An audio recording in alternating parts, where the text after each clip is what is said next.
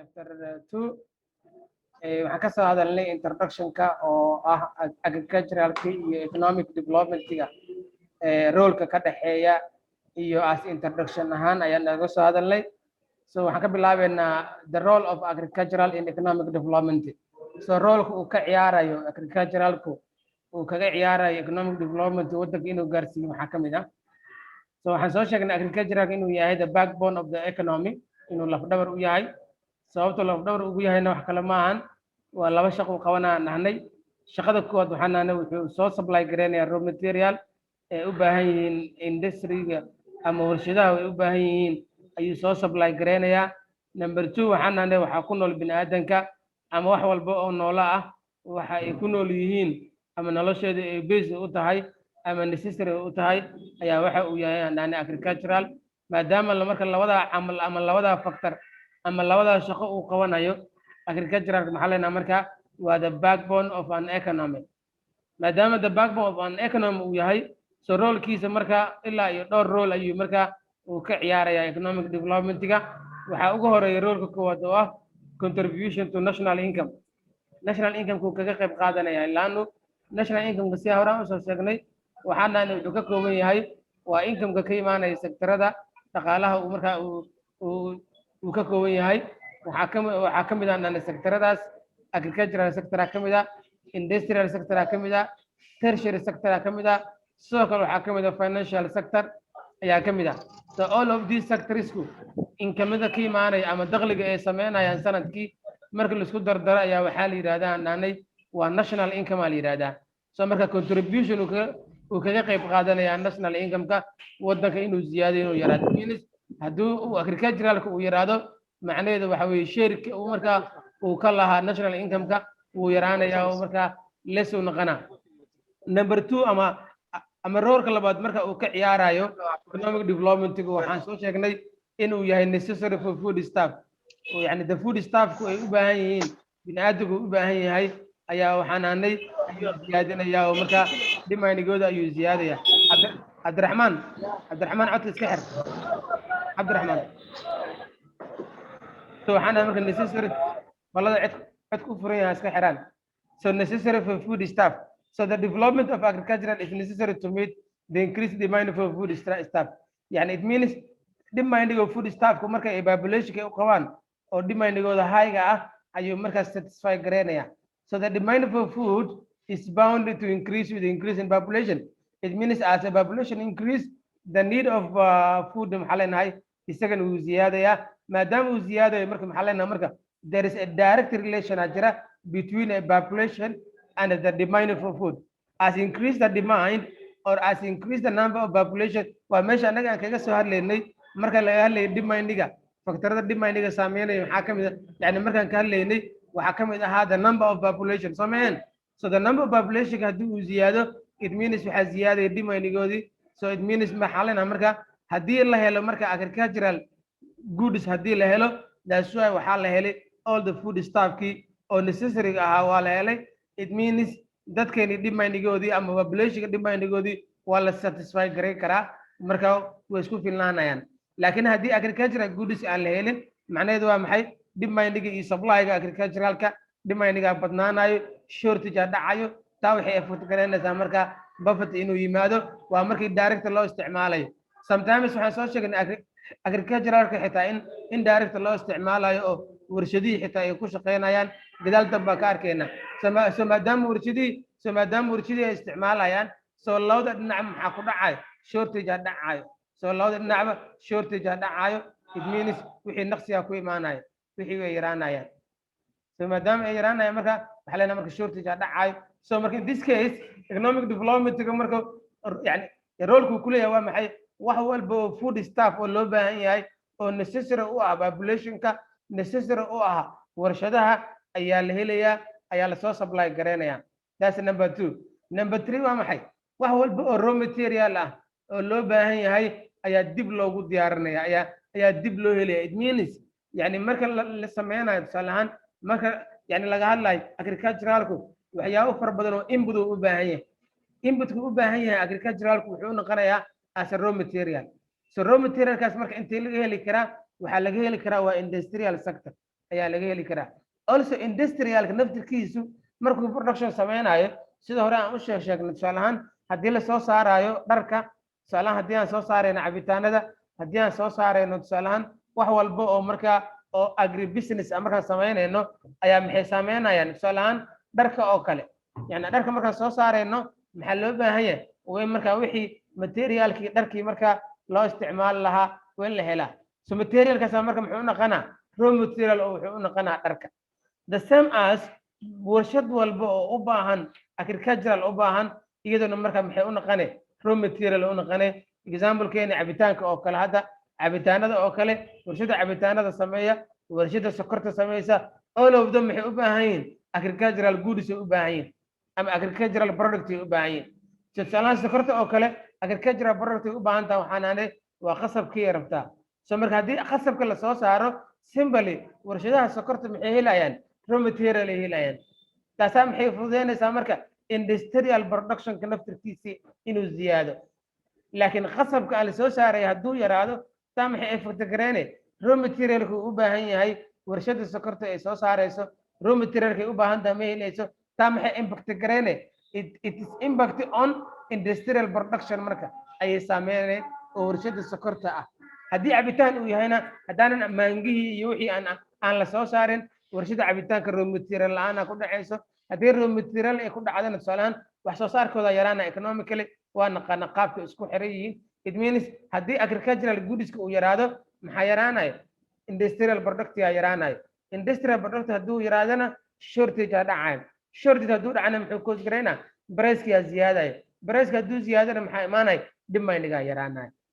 so demand hadduu yiraahdo mar labaad economic wuu soo laabana so hadduu demand ama haddii aggregate demand uu yiraahdo mar labaad maxay koos gareynay kastiyar ay soo saari jireen warshadaha ay soo saari jireen xitaa way sii yareynayaan supply-goodii way sii yareynayaan it means laba effect yaa jiro marna waxay waayeen raw material ku filan waayeen taasaa waxay koos gareysay in price-ka inuu qaali noqdo badeecada ay soo saarayaan warshadaha ay soo saarayaan inay qaali noqoto taasaa maxay si effect gareynay demand-goodii inuu yaraado so demand-ga yaraada muxuu keenaa mar labaad ayagoo kastiyar raw material ay haystaan ayaa maxay sii yareynayaan production-kay sii yareynayaan totally marka maxay saameynay the economic growth-ka waddanka hoos u dhacaa so economic growth-ku yaraada muxuu sii saameynaa economic development-ga waddanka maxaa leenahay less uu noqonaa laakiin haddii raw material-ka available uu noqdo oo ah agricultural goods-ka uu ziyaado and then ay koos garayso industrial product-ga uu ziyaado taa maxay koos garaynay surplus-aa dhacayo surplus-ka muxuu keenaa in price-ka uu yaraado so price-ka uu yaraada muxuu koos garaynaa in demand-ga inuu bato oo agricultural goods-ka industrial goods-ka demand-gooda uu ziyaado so industrial goods-ka demand-goodii marka uu ziyaado maxay koos garaynay mar labaad warshada soo saarayso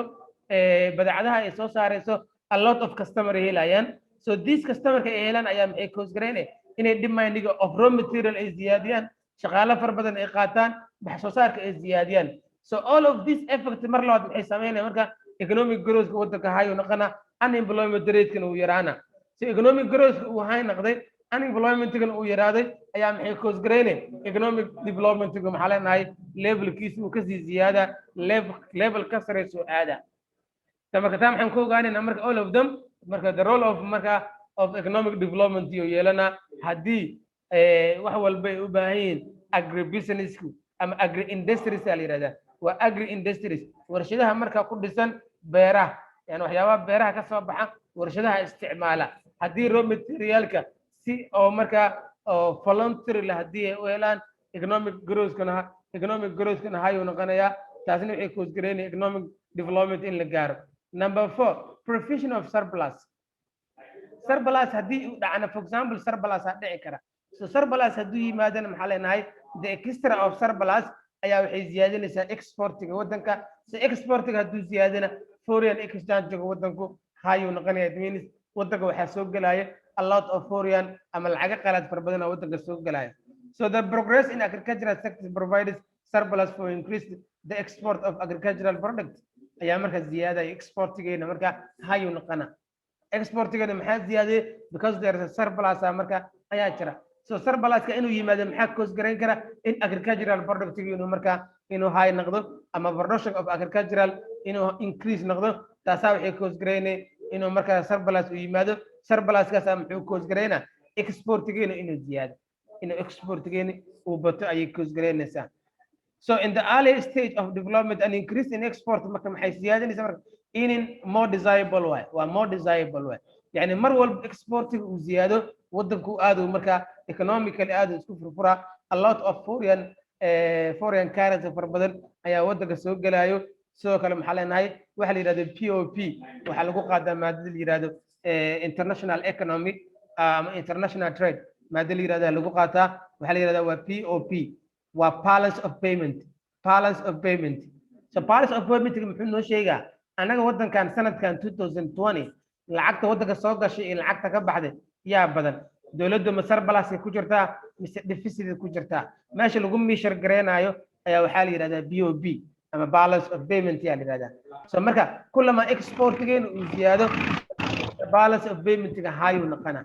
the balance of payment wadanku high uu noqonayaa uu ziyaadayaa laana mar walba inuu marka surplus u yimaado waa inuu export jira lacagta wadanka soo galayso waa inay badan so marka simple maxaa leenahay marka economic surplus ay imaanayo surpluska marka wuxuu ziyaadinayaa exportigeeni uu ziyaadina muxuu cause gareynayaa ay codkaas aan iska xiray ninka codka u furan please codka iska xir taasa waxay cause gareynaysaa marka in foreign currency wadanka inuu ziyaado.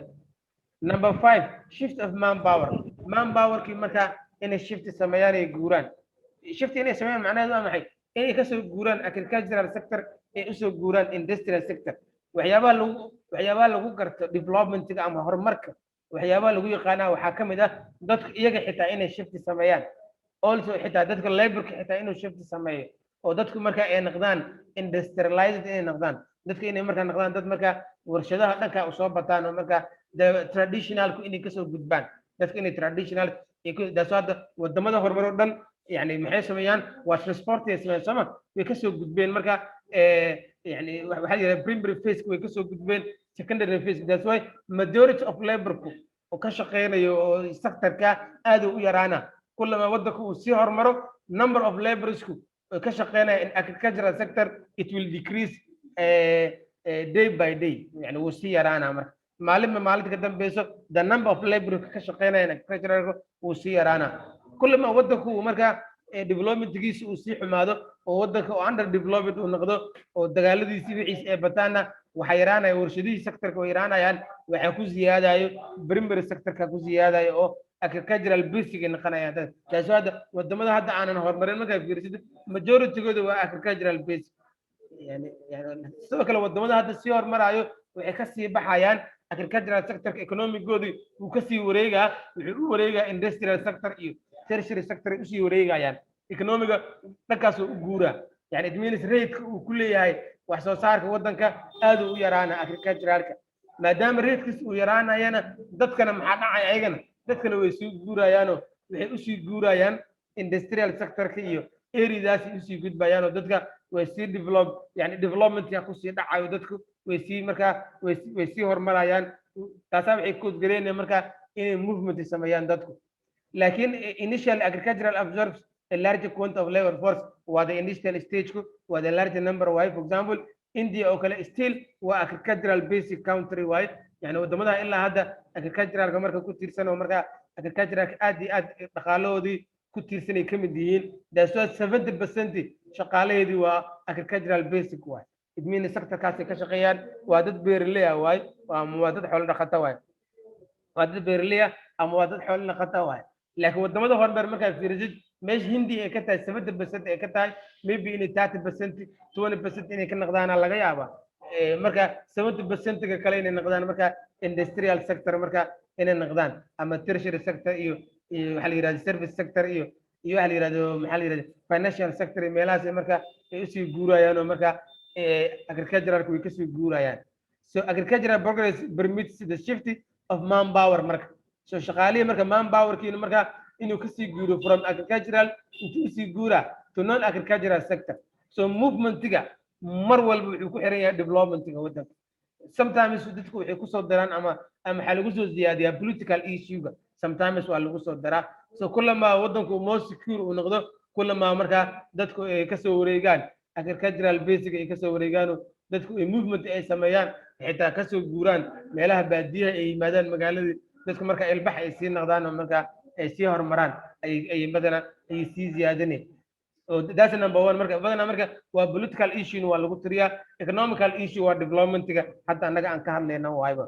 so labada issue oo ah political issue and economical issue ayaa waxay ka shaqeynayaan dadku inay marka by yani maskaxaan dadku marka inay horumaraan ay door weyn ka qaadanaysaa so kullama qofku marka isbedel uu dareemana badanaa waxay kasoo guurayaan dhan walba uu iska bedelaa dhanka haddii uu ahaa traditional uu ahaa dadku waxay isku bedelayaan yani modern iska dhigayaan waa yani badanaa annaga waxaa lagu xantaa waa reer baadiyo oo magaalo la keeno marka oo ilbax iska dhigaya oo kale ayuu noqonaa yani maalmaha koowaad laakiin kadib marka uu la qabsanaa oo wuxuu noqonaa reer magaalka caadigu marka uu ka mid noqonaa uu ka tirsanaana okay marka yani reer magaalka caadigu marka uu ka mid noqonaa so marka muhiimadda annaga aan leenahay waa maxay inuu shift imaanayo manpowerku inuu shift samaynayo ay ziyaadinaysa roolka marka uu ku leeyahay agriculturalka waay number 6 creation of infrastructure كل agricultural development ودعم the development of agriculture ayaa maxay koosgareynaysaa in loo baahdo waxa la yiraahdo infrastructure yani kaabiyi marka dhaqaale in loo baahdo soo marka kaabiyaas maxaa kamid ah marka in wadooyin loo baahdo in suuqyo far badan ay furmaan storage far badan ay sameysmaan waxa abuurmaya waxa la yiraahdo commercial sector abuurmaya waxa development ku dhacaya commercial sector wax walba oo marka businesska ay u baahan oo marka dhiirigelinayo way furmaysaa laano كلما infrastructure ka la helo كلما wadada la dhiso suuqa abuurmo wadada la dhisaa wuxuu sii sameynaa marka another business kale oo sii create gareynaa marka business opportunity oo abuura waa sida hadda example ka hadda ahayna oo kale wadadan hadda afgooy la dhisaayo oo kale yani marka qorshaha la bilaabayo dhisida la bilaabayo there is a lot of guys and a lot of investors marka waxay balan gareeyeen qorshaha ay ka sameyn lahaayeen erida ama waxay marka businessada ay ka furlaayeen already way sii balan gareeyeen daaswa waxaad ka dareemaysaa xitaa dhulka xitaa uu isbedelaa kirada way isbedelaysaa dhulkii qiimihiisu isbedelaa wax walba way isbedelayaan daaswa marka all this infrastructure kullama isbedel uu ku yimaado economical change ayaa ku dhacay erida marka oo infrastructure iska bedelay waxa ku dhacay economical change ku dhacay so marka haddii agricultural development uu ziyaado ama agricultural production uu bato taasaa waxay koosgareynaysaa marka the development of infrastructure facility inuu marka uu ziyaado so this development of infrastructure facility ayaa waxay koosgareynayaa development of commercial sector wax la yiraahdo ayuu koosgareynaa lan all of this commercial sector all of this infrastructure facility-gana waxaa supply gareynayo industries waa taasoo meesha marka opportunity maxaa imaanaya warshadihii xitaa inay demand helaan warshadihii xitaa inay shaqeeyaan warshadihii soo saaray asmintigii warshadihii soo saaray dhagaxii shiiday warshadihii wax soo saaray warshadaha dhan marka maxaa leenahay inay shaqo badan helaan oo marka opportunity u noqoto ay door weyn ku yeelanay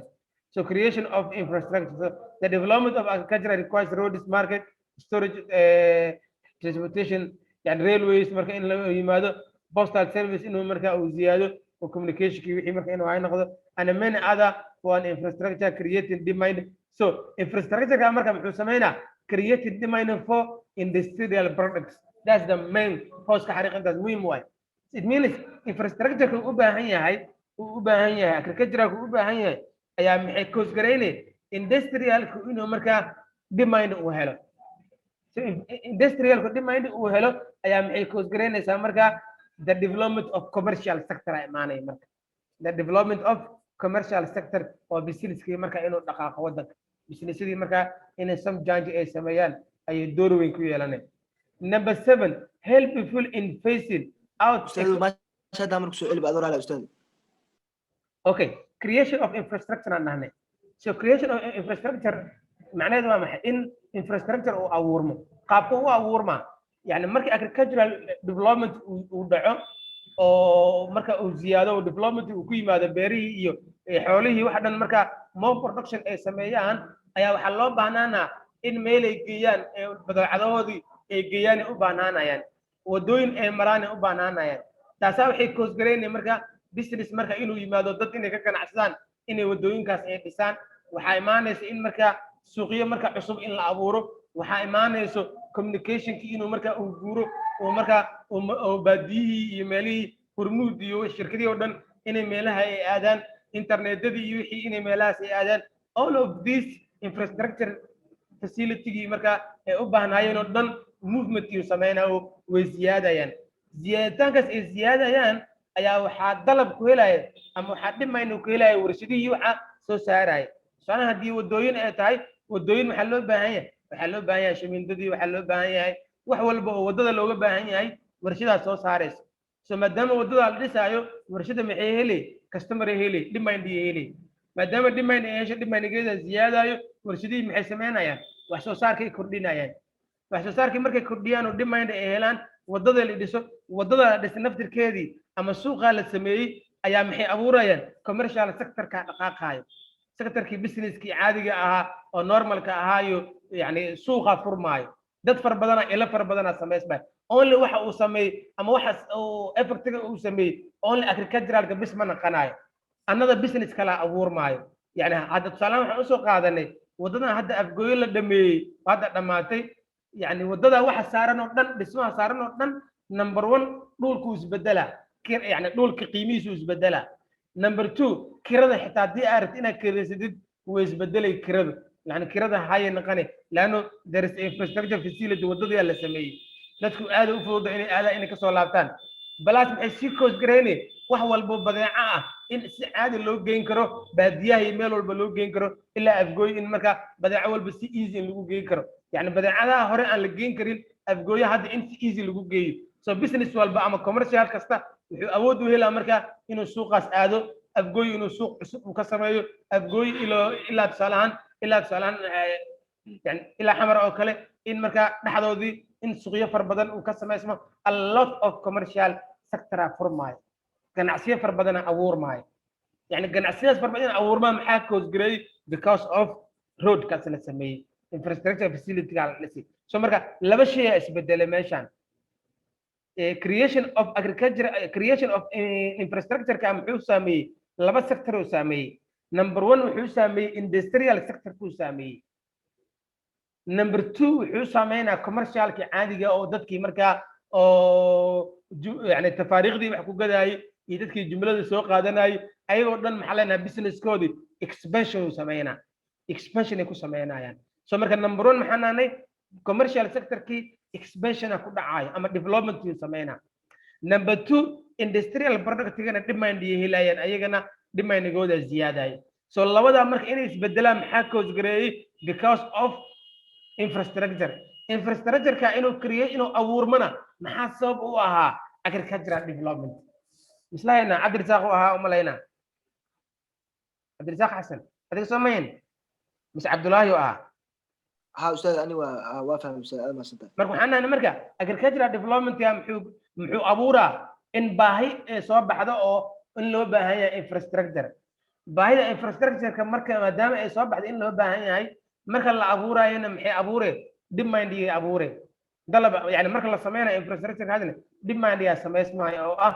industrial product ya sameysmaayo so demand of industrial product ya muxuu ku gareynaa increased profit koodi iyo marka production ko oo industrial ki inuu ziyaado taasaa maxay sii ziyaadinay commercial sector ki inuu marka expansion inuu sameeyay marka ku dhiirigelinay taasaa marka generally maxay koos gareynay marka in economic development uu yimaado oo ah commercial sector ki inuu dhaqaaqo industrial sector ki inuu dhaqaaqo infrastructure ki inuu dhaqaaqo sidoo kale agricultural development marka inuu asigana uu dhaqaaqo so marka economic development ayaa imaanay economic development ya sameysmay number 7 helpful in phasing out economic depression so during depression industrial production can be stopped or reduced يعني xilliga depression uu jiro wax soo saarka oo especially warshadaha way yaraanayaan ama hoos u dhaca ku dhacayo ama qaarkood way istaagayaanba depression ka joojinayaan waxay galayaan waxa la yiraahdo shutdown process ay galayaan so marka sababta u istaagayaan waa maxay wax kale maahan laana demand-ga yaraanayo customer badan ma lahan wax walba marka hoos u dhaca ku imaanayo qiimihi asigoo jaban ayaan badeecadii lagaa iibsanaynin but agricultural production continue as it produce basic necessity of life agricultural laakiin wuu shaqayn karaa laakiin industry ma shaqayn karo laakiin agriculturalku wuu shaqayn karaa oo means waa wax ku xiran waa local wuxuu ku xiran yahay yani wuxuu ku xiran yahay the local economic uu ku xiran yahay kuma xirna the foreign economic kuma xirna so that is continue to create effective demand even during adverse condition of the economy so marka economic xitaa hadduu wadanka depression uu jiro xitaa the only sector shaqayn kara waa agricultural sector waaye other sectors may be destroyed maybe marka wax badan inuu damage fara badan uu soo gaaray u badan tahay the only sector marka active noqon kara ama shaqayn kara marka oo depression marka aanan saameynaynin waa agricultural sector because only wuxuu ku xiran yahay waa maxay waa wax natural waaye oo wadanka marka economical local yani ku xiran waaye tan kale yani waxyaabaha loo baahan yahay ama raw material loo baahan yahay waa local waaye that's why production kiisu uu sii soconaa oo waa la soo saari karaa laakiin this one a lot of wuxuu u baahan yahay inputkiisana mostly wuxuu u baahan yahay machine waxyaabo fara badan ayaa ku jira waxyaabahaasna marka waa from outside waaye marka in la helo waa adag tahay the foreign currency wadanka aad u yaraana oo sudac fara badan ayaa ku dhacay taasaa waxay koos gareynaya marka in wax soo saarkii iyo warshadihii iyo wax dhan inay marka isbedel badan inuu ka yimaado laakiin agriculturalku waa no effect waaye mostly ma saameynayo number 8 relief from shortage of capital the shortage of capital marka meeshii way ka baxeen laano marka la compare gareeyo industry-ga iyo agriculturalku industry-ga mar walba more capital u baahan isaga qarash far badan u baahan isaga u baahan a lot of machine a lot of technology a lot of capital u baahan yahay laakiin marka la joogo agriculturalka there is no a lot of capital marka uu u baahan yahay ma jiro isagoo dhan waa dhulkaas iyo fertilizerka iyo marka haddii marka irrigation la isticmaalayo the way of irrigation loo isticmaalayo oo sometimes traditional irrigation la isticmaali karaa so capitalada galaya ama kharashka galayo waa less than industrial capital way yani industrial capitalka iyo agricultural mostly agriculturalka aad u yar so the development of agricultural sector has minimized the burden of several developed countries that were facing the shortage of foreign capital يعني wadamada foreign capital ka Soomaaliya oo kale hadda we have a shortage of foreign capital anaga wadanka economical uu ku jira maadaama the shortage of foreign capital wadanka uu ku jiro saas ay tahay agricultural sector ku shaqeeya yani waa la soo saaraa khudaartii way soo baxdaa wax walba marka cropski waa available way xoolihii waa available way everything in agricultural sector buu shaqeeya isagoo aan ku jirno shortage of foreign capital يعني هذا ودك يعني فوريا كابيتال aad u yar yahay يعني dadka oo lacagaha hadda wadanka lacagta gacanta ku hayeen waa dad yar waay majority marka la fiiriyo population marka la fiiriyo waa dad marka waa middle level waay majority marka la fiiriyo يعني majority iyo dadka marka lower level ka waa isku yar dhow yihiin dadka higher level ka dad gacmo ku tiris waay ama dad fara ku tiris waay dad marka la sheegi kara waay dad kooban waay maadaama dad kooban ay yihiin macnaheedu waa maxay wadanka yani 80% waxa way wuxuu ku jiraa in the poverty level uu ku jiraa maadaama in the poverty level uu ku jiro saas ay tahay agricultural sector-ku capital far badan uma baahna maadaama capital far badan uusan u baahnayn as a Somalia right now all the crops all the livestock everything was surplus waay everything was available waa wadanka maxaa ka hoosgaray sababtu waa maxay laan uma baahna capital far badan uma baahna qarash yar u baahan yahay daasoo marka wadankii agricultural sector-ku uu sii shaqeynaa isagoo wadankii oo buffetigiisa uu high uu yahay unemployment-giisa high uu yahay ayaa still maxaa leenahay agricultural sector-ku way uu ku shaqeeyo helaa so if foreign capital is available with a string attached to it will create another significant maxaa leenahay problem so agricultural sector requires less capital for its development marka si marka development loogu sameeyo agriculturalku less capital u baahan yahay so it minimize growth it minimize growth problem of foreign capital marka only it needs less capital u baahan yahay oo foreign capital u baahan yahay haduu yahay lacag hadee tahay hadii marka ay tahay investment haduu yahay machine haduu yahay fertilizer wax walba waa the lowest capital waa daasoo marka meesha wuxuu ka saaraa the shortage of capital necessary ma in agriculture that's why production kiisa uu sii jiraa maadaama production uu sii jiraa economic growth uu jiraa rate yar haba noqdee laakiin economic growth waddanka uu jiraa number 9 helpful to reduce inequality mar walba waxay yani waxay naga caawinaysaa marka inay yaraato inequality-ga waddanka inuu yaraado dadka inay noqdaan dad marka siman inay noqdaan oo marka income ahaan dadku distribution of income-ku inuu equality inuu noqdo ayuu naga caawinaa muxuu yareynaa marka inequality of income-ku yareynaa dadku marka income ahaan inay marka isla ekaawayaan inuu yaraado ayuu naga caawinaa macnaheedu waa maxay a country which is uu yahay agricultural basic uu yahay ama overpopulation uu yahay there is a great inequality of income in the rural area and the urban areas of the country so wadamada marka oo overpopulated ah oo agricultural basic ahna rural area and urban area dadka ku nool isku income ma ah mar walba dadka baadiyaha ku nool ayaa the lowest income ah dadka magaalka ku nool oo qaar ka mid ah marka waa the highest income one that's why waxa arkaysaa sometimes dadka magaalka ku nool xitaa waxa arkaysaa marka income kooda isku mid ma dad waxa arkaysaa waa higher level dad waa the lower level waayo sometimes guryo qaarkood isku dhigana waxa arkaysaa dadna yani dabaqa ku jiraan dadna carishi ku jiraan that's why there is inequality of income jira dada maalintii waxay biishtaan $10 dada maalintii $3 ay biishtaan dada maalintii $20 biishto dada maalintii $1 $2 biishto that's why there is inequality of income jira so to reduce this inequality of income marka so this inequality si loo yareeyo maxaan ku qasbanay it's necessary to accord higher priority to agricultural marka dadku maxay sameeyeen dadkii oo beerleyda maxay hadii agricultural farbadan ay sameeyaan production farbadan ama xoolo dhaqateen noqdeen ama beerley noqdeen more production marka ay sameeyaan badeecadaha ay soo saaraan maxay sameeyaan way suuq geynayaan maxay ka helayaan foreign capital ay helayaan ama income ay ka helayaan income kaas ay helaan ayaa marka maxay cost gareynayaan ayagana purchasing power koodi ayaa ziyaaday the standard of living koodi uu ziyaada soo noloshooda maxaa leena marka waxay u soo dhawaanayaan dadka marka oo higher income-kii u soo dhawaanayaan taa maxay yareynay marka inequality-ga yareynay inequality waxyaabaha yareeyay ka mid tahay agricultural sector so the prosperity of agricultural would rise the income of the majority of rural population marka yani haddii dadku marka beeruhu haddii marka higher prosperity haddii uu dhaco maxay kor u qaaday income-ka marka dadka ku nool area ayay kor u qaadaysaa taasaa meesha maxay ka saareen marka the disparity of income may be reduced to a certain extent marka inuu yaraaday marka ay nagu dhiirigelinay yani distribution-kii ama income inequality-gi jiray wuu yaraana lesuu noqona income inequality-gi jiray marka wuu yaraana so marka in this case maxaa leenaha marka agriculturalku wuxuu naga caawinaa income inequality-ga jiray waddanka inuu marka uu yareeyo so u yareynaa qofkan agriculturalka haddii marka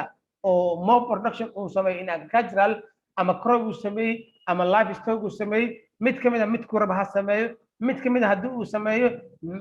production uu sameeyo marka wuxuu sameynaa inuu suuq geeyo kadib wuxuu ka helayaa income-kaas laba shaqo u qabanay purchasing power-kiisana way ziyaadane standard of living-kiisana kor u qaade labadaas shaqay qabanay so standard of living-kan high uu noqona purchasing power-kiisana wuu ziyaada the last one create effective demand waa inta tii hadda aan ka hadlayo waayo purchasing power-ka waayo yani purchasing power-ka it means effective demand yaa la yidhahdaa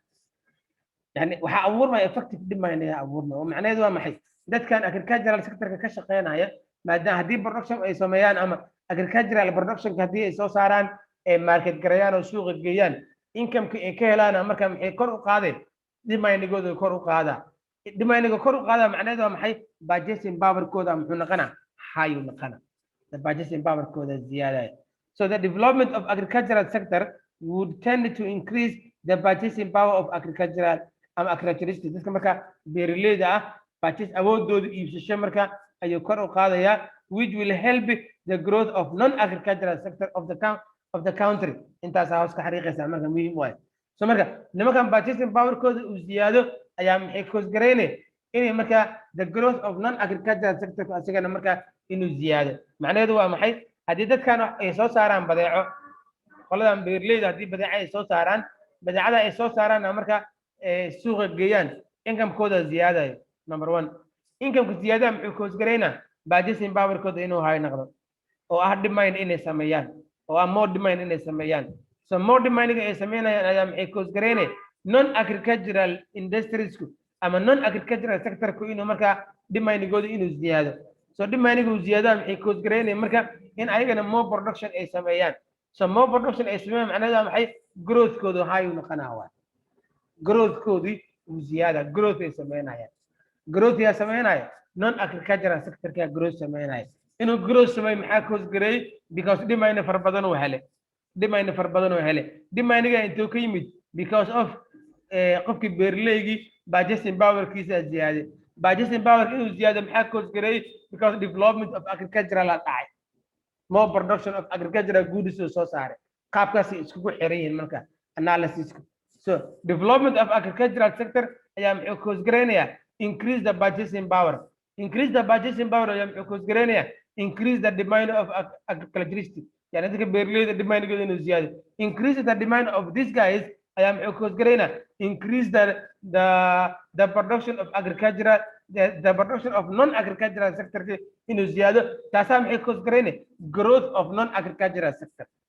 qaabkaas inaa iskugu xirtaa la marka so growth of non agricultural sector ay imaanaya so marka the growth of non agricultural sector muxuu cause gareynaya marka laba arrin agricultural production kana uu ziyaaday industrial production kana uu ziyaaday labada marka maxay ziyaadinayaan waa tii hadayaan ka hadlaynay economic growth keenayeen economic growth ka wuxuu keenaa marka economic development uu keenaa